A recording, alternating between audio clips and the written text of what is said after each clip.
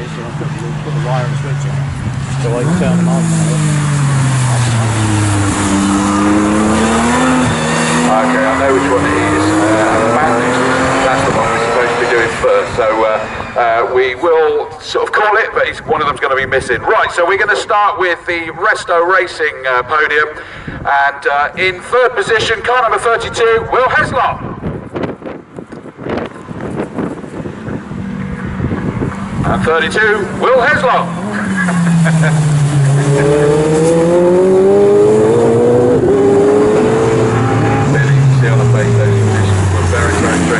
Sadly he's not here, but in second place it was the number 80 car, Paul Blakesley, so give him a round of applause in his absence. Or I don't. But the victory was taken by car number 86, Ben McLaughlin. Where were you a minute ago? So up he goes onto the top step. I've got one race up there, the way of the race will go up there. And we just pause for the photograph to be taken up and have a very quick word with the winner. So we've got 3 podiums to do here, so I'm going to dive up. Very quick word then, congratulations, you didn't start on pole position, but you managed to sort of turn it around as quickly as possible. Yeah, we made some little changes for the race. We went out with this sort of the dry tyres in qualifying, which would have worked because they do work in damp conditions, but it was a bit tricky. Will put an amazing lap in qualifying, blissed us all. So I thought, okay, we're going to go with the same tyres, soften the car off, and I just did get a really good start. Will definitely got caught up in whoever, someone broke down on the start line, he definitely got caught up in that, and I was able to make up quite a few places, and then it was easy for me to find back. So I just got a good gap on the first lap and just kept it consistent really, and just kept it nice and straight. Well, as straight as you can in the wet, anyway. Well done, great job. Congratulations to the top 2 of the top 3 for the Resto Racing. On to class number 2. And in third place in class 2, car number 3, Ross Morris. Ross? Yep, Ross Morris. They're all too busy chatting amongst themselves, so third is Ross Morris. In second place, car number 70, Angus Archer.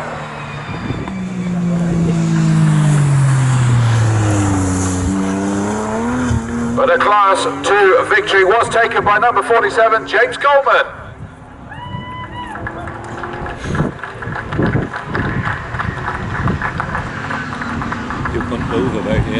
Well done, James. Up onto the top step he goes. It's a big old step from up there, up he goes.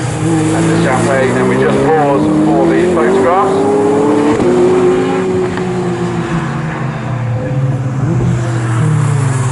Well done, and again a very quick word with the winner.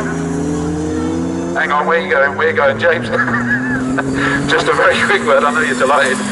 Well done, a victory, quite a dominant victory.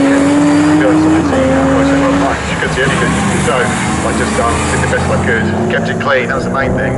There's a bit more speed in the car, but I just wanted to keep it clean. I couldn't see anyone behind me, so yeah, wasn't going to risk it. Is that why kind of like, you know, you kind of don't look like a man who's won? It's like the troubles of the world on your show. Is that because that was a bit harder than you wanted? Well, it's huge pressure, and you know, the car's moving around a huge amount, so you're working, you're fighting really hard, you're working with it, so... Well, you're not the most enjoyable of races then? It's enjoyable coming across the line. That's about it. Well done, great victory. So there we go, there's the winners in class 2. And on to class 1.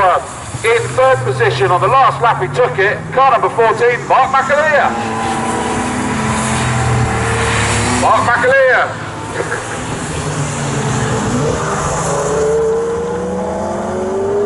Up he comes, Stephen Green presenting with the champagne today. In second place, car number 2, Pete Morris.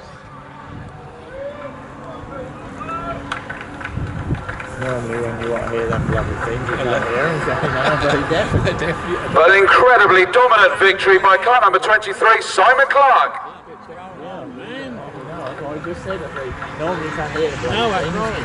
Yeah. So up he comes, up onto the top step, the champagne. We just pause for the photograph again, trying to snuggle up onto the top step. Well done, so let's just quickly dive up.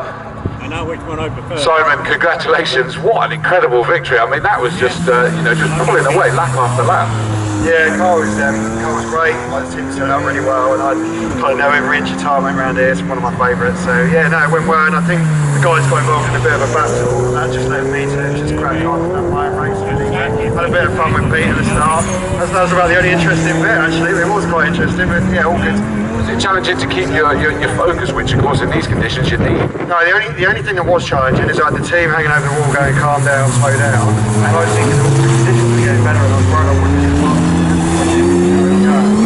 I think that was got it in the bag, but it was, yeah, but no, it was fine actually. It was quite a lot, like there's quite a lot of back markers to play with, so that kind of keeps you focused up. Yeah, no, it was good, really pleased. Well done, great victory. Pete, congratulations, second place. Frankly, it was all happening behind you, wasn't it, really? They knew what to stay there. Well, I had to be very defensive up halfway through the race, but you probably got past the snap on the first lap where they were going each.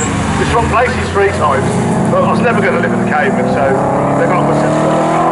I had a cracking battle to stop in second. It was entertaining. Did you see what happened to Michael Price on that last lap? Oh, he's following me into the corner. He's getting worse and worse. The tyres are going off a little bit. It was getting drier, and he just lost the back end oversteer. So that's. He was pushing hard. We were both struggling to grip at the end, and I managed to just about grip it at the end with the 3 lap laps and the monsters on the last lap. But the last 10 weeks we were off the wall. Well done, great second place.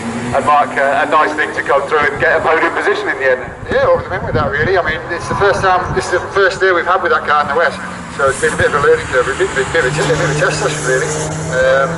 Qualifying, we struggled a bit in qualifying, but then we made a few changes to it, so obviously improved it. Nice job, well done. There goes the top 3 from Class 1 as well. Mark, back to you. Thanks a lot, yes, the session underway for the championship. I'll just quickly go through a couple of the times before we introduce Jock Simpson, who's joining me in the commentary box. It's the number 19 Ferrari that tops the times currently. That is Graham DeZiel and Dan DeZiel that are topping the times. Second quickest is Richie Chamberlain with the number 5 Porsche. Third quickest is the number 27 Ferrari, which is lacking Cristoforo for this qualifying session. Now in the qualifying session. Tom and James Webb with their Lamborghini Huracan are 4th quickest, number 13. 5th quickest is number 44 at this stage, which is Steve Ruston and John Whitehouse. And completing the top 6 is Graham Tilley at the wheel of his brand new Nissan for this weekend. So that gives you the top 6. Joining me in the commentary box for this one is Jock Simpson. Jock, it's good to see you. I've not seen you all year. I know you've been incredibly fortunate, or have I been incredibly fortunate?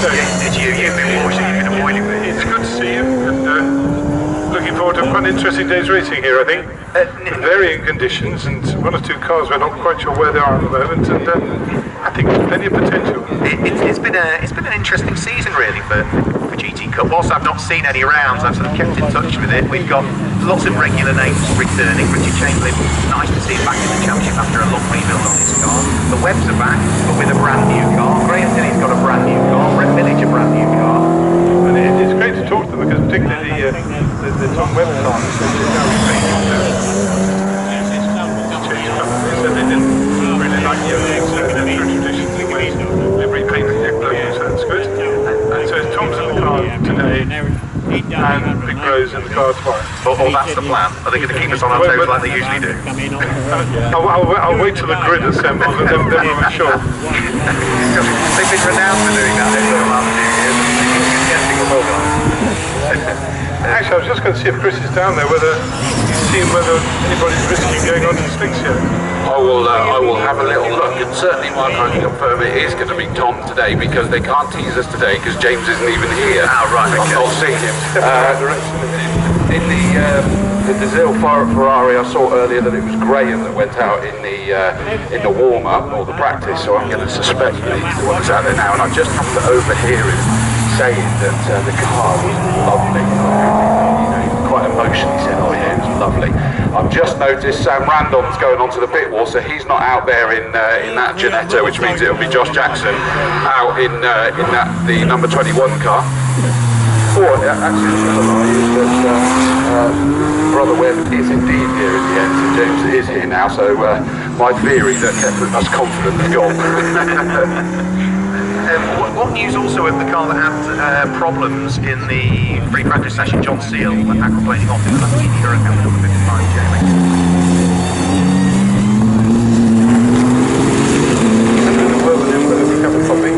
And the car is a bit damaged. He's all right. The circuit got a bit damaged, but the hope is that they'll have it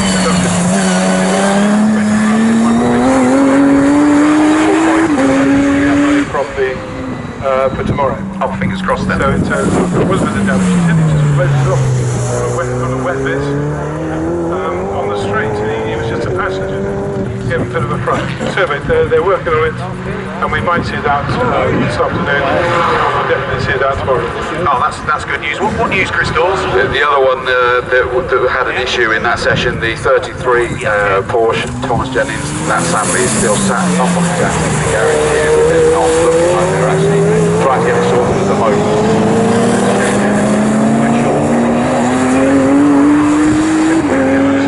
Of times, it's still the number 19 Ferrari on the Dizils that's quickest at this stage. It's actually on an outlap at the moment, but has posted a purple middle sector on the outlap, which tends to suggest that the lap that is coming up now could be a belt for a lap. It's only on pole, provisional pole, by 0.080 of a second at the moment, so 80 thousandths of a second.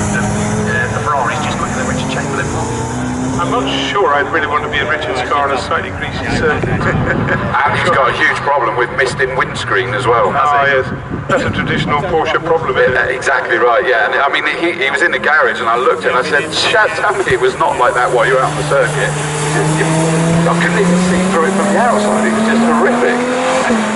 Richard has experience, doesn't he, to say the least, Richard? He was just laughing about it. It was brilliant. In fact, he's just gone through onto pole position. Remember, he was missing out on pole by 80 thousandths of a second. Well, he's now on pole by 46 thousandths of a second. 2 minutes and 11.555. The Ferrari with the deal second quickest, lacking Cristoforo at the wheel of the number 27, the second of the two. FF Law's Ferrari 488 is third. The Web's BMW IE top. Number 13 is fourth quickest, 2 minutes 17.086. Graham Tilley in the Texas Nissan is fifth quickest, 2 minutes 17.44, and sixth quickest.